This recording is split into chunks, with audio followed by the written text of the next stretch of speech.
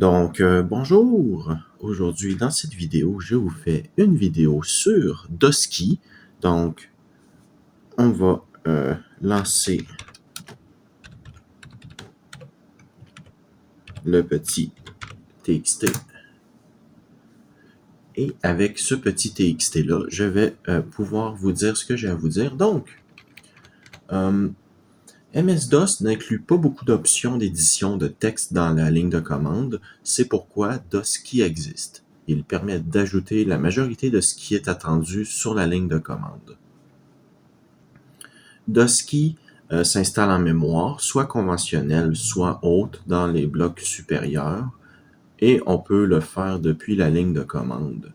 Mais beaucoup le chargent depuis l'auto-exa.bat. Pour le charger en mémoire haute, il suffit d'avoir des UMB de libre, environ 4-5 K au minimum, et d'utiliser la commande loadi ou LH dans l'auto-exa.bat ou la ligne de commande. Vous disposez des paramètres suivants pour le lancement du programme. Buff size, donc il s'agit de la taille en octets de la mémoire que Dosky va s'attribuer en plus de lui-même comme tampon pour y stocker l'historique des commandes et les macros. /history affiche l'historique des commandes, peut être abrévié par /h. /macro affiche les macros stockés en mémoire, peut être abrévié par /m. /reinstall réinstalle Dosky et efface le tampon. On a /insert qui lui équivaut à appuyer sur la touche insert du clavier. Donc quand on appuie sur la touche insert du clavier, ça permet d'insérer du texte sans effacer celui qui est déjà là. Et /overstrike qui est l'option par défaut de MS-DOS où quand on tape du texte, on revient en arrière et on tape du nouveau texte, ben ça va écrire par-dessus le texte et non pas l'ajouter entre l'endroit où on est.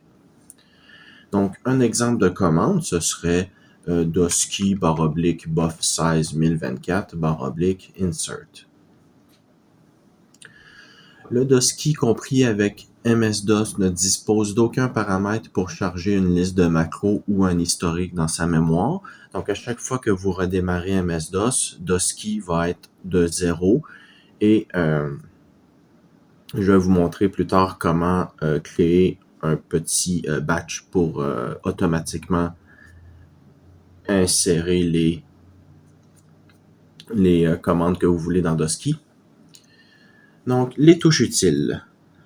On va quitter et je vais vous montrer. Donc, on a la flèche vers le haut. Donc, vous voyez sur votre clavier, là, vous avez les flèches haut, bas, gauche, droite. Donc, la flèche vers le haut, ça rappelle la commande précédente. Voilà. La flèche vers le bas descend vers la prochaine commande. Donc, en bas, en bas, en bas. Voilà. Page précédente, c'est la toute première commande ou la toute première commande dans la mémoire de Dosky. Et page suivante, on nous ramène à la dernière commande tapée. Hop, on change la page. Gauche, ça déplace le curseur vers la gauche. Droite, ça déplace le curseur vers la droite. Contrôle gauche, ça nous déplace d'un mot. Donc, hop, hop, gauche. Et la même chose pour contrôle droite, ça nous déplace d'un mot. Voilà. Origine, ça nous ramène au tout début. Sur votre clavier, ça peut être une flèche en diagonale ou ça peut être POS1 sur les claviers français de France. Je ne sais pas si ça s'est écrit comme ça, mais moi, sur mes claviers, c'est inscrit comme ça. Et fin, donc l'appuyer sur la touche fin, ça vous amène à la toute fin de la ligne. Ensuite, on a échappe qui efface la ligne. Donc, si vous tapez un truc, au lieu de faire effacer, vous pouvez juste taper votre truc, vous vous êtes trompé, vous faites échappe. On a F7 qui affiche l'historique des commandes. Voilà. Et pour effacer l'historique des commandes, on fait Alt F7. Donc là, si je fais F7, vous voyez, il n'y a plus rien. Et si on veut effacer les macros, on fait Alt F10. Donc, c'est ça pour ça. Donc, on va faire voilà. Ah, oups. Ah oui, c'est vrai. Dosky.txt. Donc, les macros. Les macros sont des commandes ou une série de commandes stockées dans une variable utilisable depuis l'invite de commande comme si elles étaient des commandes. Voyez-les comme un alias. Donc, sous Linux, vous pouvez créer des alias et je crois que sous Windows aussi maintenant. Donc, vous voyez ça comme des alias. Elles ont préséance sur les commandes intégrées au DOS et au commandes.com. Donc, par exemple, si je crée une macro qui s'appelle Dosky, ben, si j'entre la commande Dosky dans l'invite de commande, la macro va s'exécuter au lieu de Dosky. Si vous désirez exécuter la commande d'origine, il faut mettre un ou des espaces avant. Et prenez note que ces commandes ne sont pas utilisables dans les fichiers de commandes en lot comme les .bat. Mais elles supportent plusieurs paramètres pour vous permettre de faire des commandes plus ou moins complexes. On a $G qui fait le symbole plus grand que, double G pour le double symbole plus grand que. Je ne vais pas vous expliquer ce qu'ils font, là. Vous devriez connaître ce que font ces paramètres-là déjà sous MS-DOS. $L pour le symbole plus petit que et $B pour le pipe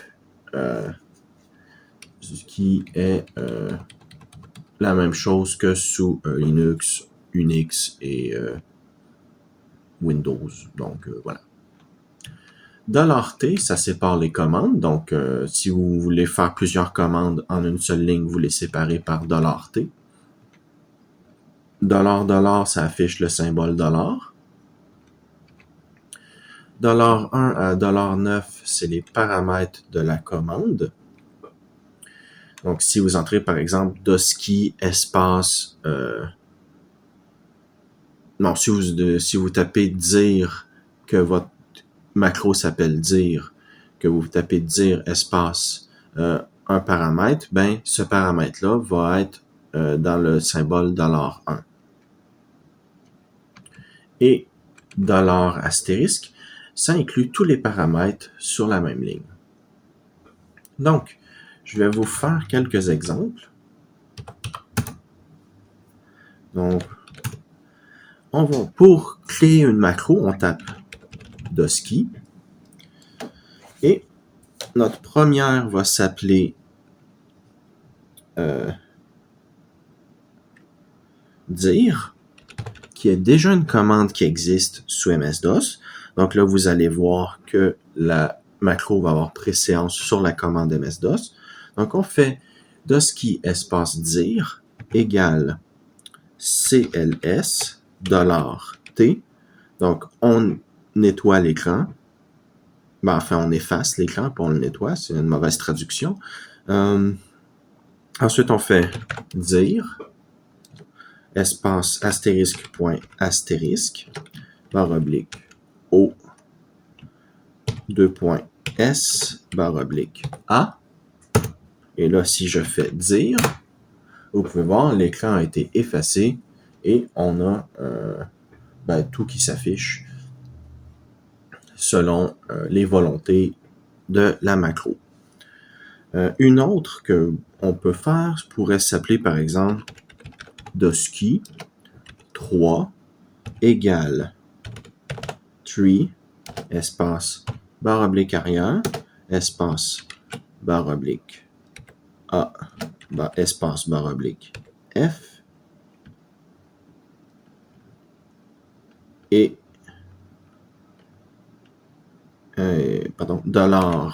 $B et on met ça dans More.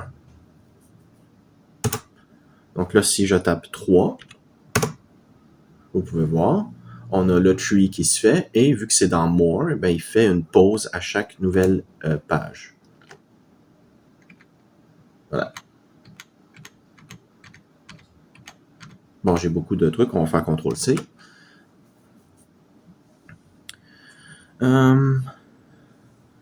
On peut en faire un autre, par exemple, qui, au lieu de taper cd ... tout le temps pour reculer d'un répertoire, on peut juste faire dosky ... égale cd ... Et là, si on fait, on s'en va dans cd dos, on peut faire ... et ça nous amène un répertoire par en arrière.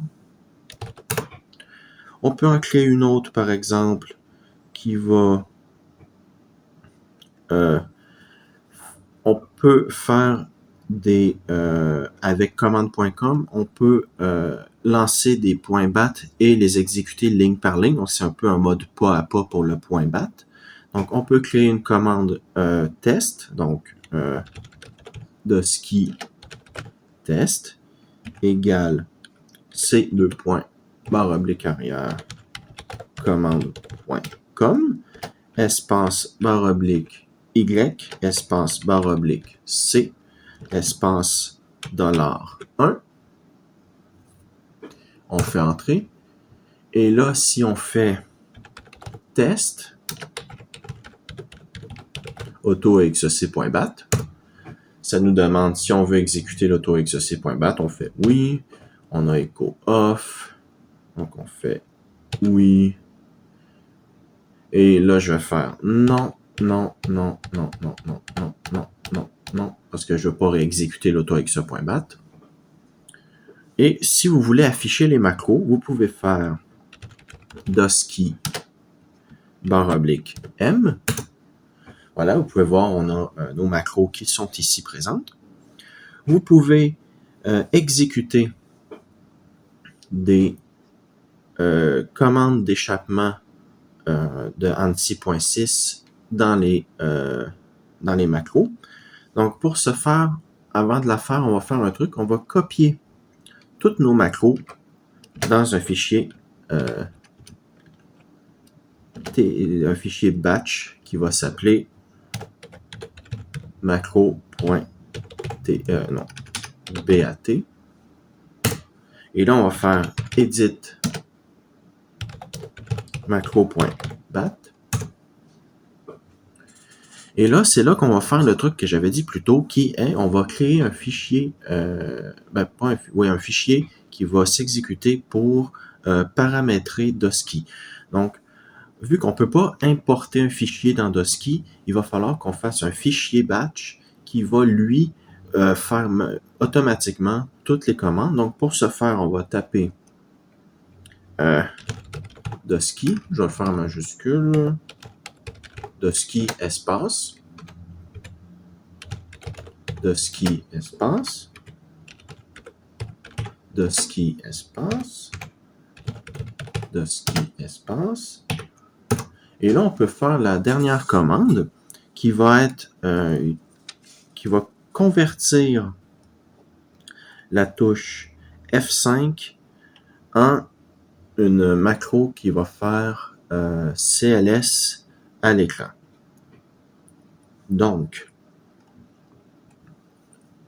on va taper Dosky CTRL-P Alt 027. Voilà. On a... J'oublie toujours comment ça s'appelle, mais la petite... le petit bracket, on met ça et on va taper 0,63 point virgule, pardon, 0.63 point virgule entre guillemets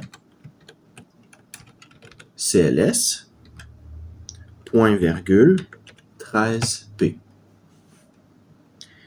Et on va faire Ah, j'ai oublié de lui donner un nom, hein, ça serait bien.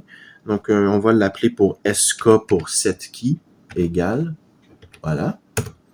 Et on va faire l'opposé de la commande qui va remettre la touche F5 comme il faut. Donc, doskey CK égale CTRL P Alt 027 crochet. Ah, c'est comme ça que c'est. Non, ah non, c'est l'autre. En tout cas, le nom m'échappe, mais voilà. Vous mettez ça là. Ensuite, on fait 0.63 0.63 P. On fait entrer. Et là, on devrait être bon. Voilà. Si je fais Alt F10 et que je fais 3, vous pouvez voir nom de commande ou de fichier incorrect. Donc là, j'ai effacé les macros. Donc pour les recharger, on va tout simplement taper macro. Vous pouvez voir, ça l'a tout remis en interne. Si on fait doskey /m, vous pouvez voir, il n'y a absolument rien. Tout est de retour, en fait, là, ce que je veux dire. Et je crois que c'est pas mal tout. Donc, on va faire...